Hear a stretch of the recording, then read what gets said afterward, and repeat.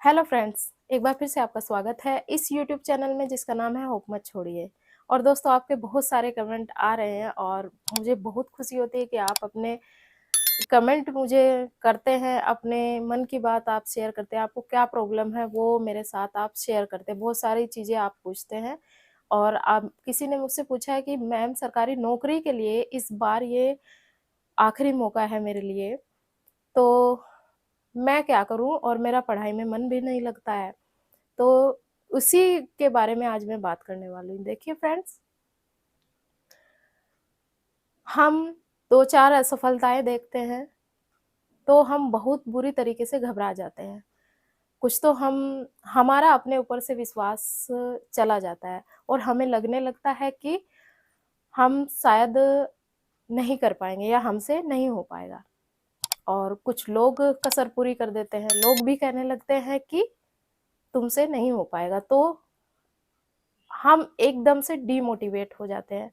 और आपका मन आपसे कहने लगता है, आपका दिलो-दिमाग एक ही चीज़ सोचने लगता है कि अब शायद इस बार भी ना हो। तो फिर आप क्या करते हैं, तो आप पढ़ाई से जी चुराना शुरू कर देते हैं, आप पढ़ना शुरू कर देते हैं।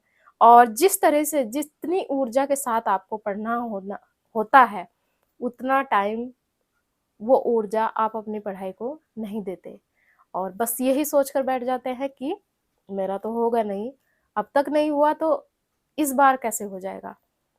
और कई लोग तो ये भी सोचते हैं कि चलिए इस बार देकर देख लेते हैं, पूरे मन से तैयारी ही नहीं करते हैं, अपनी टारगेट के प्रति समर्पित ही नहीं होते हैं और छोड़ देते हैं कि चलिए बस एग्ज़ाम दे लेते हैं, होगा होगा, नहीं होगा तो ना सही।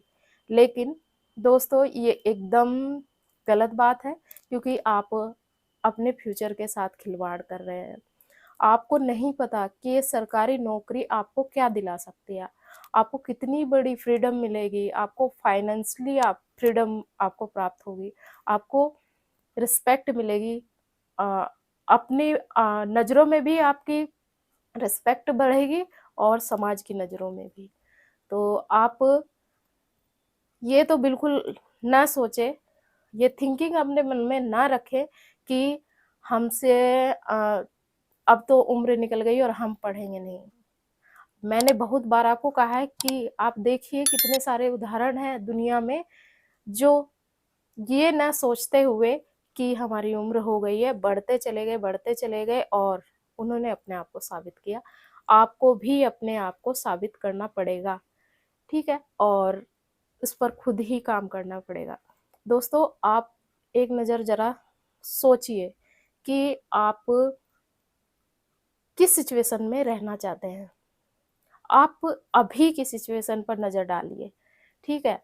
वो कहते हैं ना कि देखिए, जिन्होंने लाइफ में पहले संघर्ष कर लिया, तो वो बाद में एन्जॉय करते हैं और जिन्होंने लाइफ में पहले एन्जॉय कर लिया, उनको बाद में संघर्ष करना पड़ता है। और ये बात एकदम सच है कि जिस इंसान ने पहले स्ट्रगल कर लिया लाइफ में, तो बाद में उसकी लाइफ में अच्छा-अच्छा होता चला जाता है। तो आप स्ट्रगल कर रहे हो, अगर आप स्ट्रगल कर रहे हैं, तो उसका आपको फल भी मिलेगा। और आप ये सोचकर मत बैठिए कि आपका टारगेट पूरा नहीं होगा। आपको अपना पढ़ाई में मन लगाना पड़ेगा, आपको पहले देखना पड़ेगा। आप सोच कर देखिए और ये देखिए कि अभी आप किस सिचुएशन में हैं। क्या आपके पास बहुत पैसा है कि आपका पढ़ाई में मन नहीं लगता? या फिर आप की सिचुएशन खराब है? आप अपने परिवार की सिचुएशन को देखिए, क्या उनकी आर्थिक स्थिति क्या है? आपकी आर्थिक स्थिति क्या है? आपके पेरेंट्स या फिर आपके अगर बच्चे हैं, आपकी पत्नी हैं, आपके पति हैं, वो आप क्या चाहते हैं? आप क्या चाहते हैं? आप उनकी खुशी चाहते हैं, तो उनके बारे में भी आपको सोचना पड़ेगा। उन अपना तो आप जीवन सुधारेंगे ही, साथ में आपका कई लोगों का जो आपके ऊपर डिपेंड है, उनके भी लाइफ में बहुत सारे चेंज आएँगे, सुधार आएँगे। तो ये आपका मोटिवेशन होना चाहिए। इसी इसी बात को सोचकर आपको पूरी स्फूर्ति के साथ, पूरी एनर्जी के साथ अपनी पढ़ाई में लग जाना है दोस्तों। कई लोगों का ये भी कमेंट करते हैं कि अ, वैकेंसी तो आती नहीं तो हम क्या तैयारी करें? अब तो तैयारी करने का मन ही नहीं करता। दोस्तों, मैं आपसे कह रही हूँ, अगर आप लगातार कंटिन्यू तैयारी करते रहेंगे ना और 2 साल आपने तैयारी कर ली, तो मैं ये लिख कर कह सकती हूँ कि आप किसी भी एग्ज़ाम को निकाल देंगे, कोई भी एग्ज़ाम आप क्लियर कर लेंगे। तो आप अपनी तैयारी को ऐसे करिए, क्योंकि कब वैकेंसी आ जाएगी आपको नहीं पता, और जिन्होंने इन वैकेंसियों में जो अभी आ चुकी हैं उनमें एग्ज़ाम फॉर्म फिल किया है, तो वो अपना एग्ज़ाम दे, पूरे मन से एग्ज़ाम दे। आप ना, और आपके सामने बहुत सारे रिस्ट्रिक्शन हैं जो आपने अपने ऊपर लगाए हैं, और बहुत सारी पाबंदियाँ आपको अपने ऊपर लगानी भी होंगी।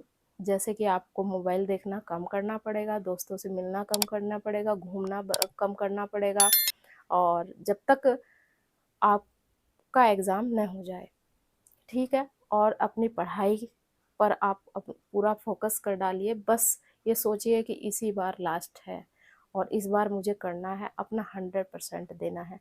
तो क्यों नहीं आपका एग्ज़ाम क्लियर होगा, आपका एग्ज़ाम ज़रूर क्लियर होगा। ठीक है फ्रेंड्स, तो आज ही से अपना पढ़ाई शुरू कर दें, और पढ़ाई को पूरे सिस्टमेटिक तरीके से करें। आपका जब मन हो तब पढ़ाई करें, लेकिन ज़रूर दिन में 5 घंटे 6 घंटे अपनी पढ़ाई को दीजिए, ठीक है? लेकिन डेली अपनी पढ़ाई को समय दें। ये नहीं कि एक दिन पढ़ लिए बस और फिर छोड़ दिए। तो बहुत सारी वीडियोज़ हैं मेरी, देख सकते हैं कि उसमें मैंने क्या-क्या बताया हुआ, किन नियमों का आप पालन करके अपनी पढ़ाई को कर सकते हैं, शुरुआत कर सकते हैं, और बहुत अच्छे तरीके से आप पढ़ाई को कर सकते हैं। तो ठीक है फिर दोस्तों, अगर आपके कोई कमेंट हो तो कमेंट बॉक्स में ज़रूर कमेंट करिएगा, और फिर मिलते हैं नेक्स्ट वीडियो में। तब तक के लिए धन्यवाद।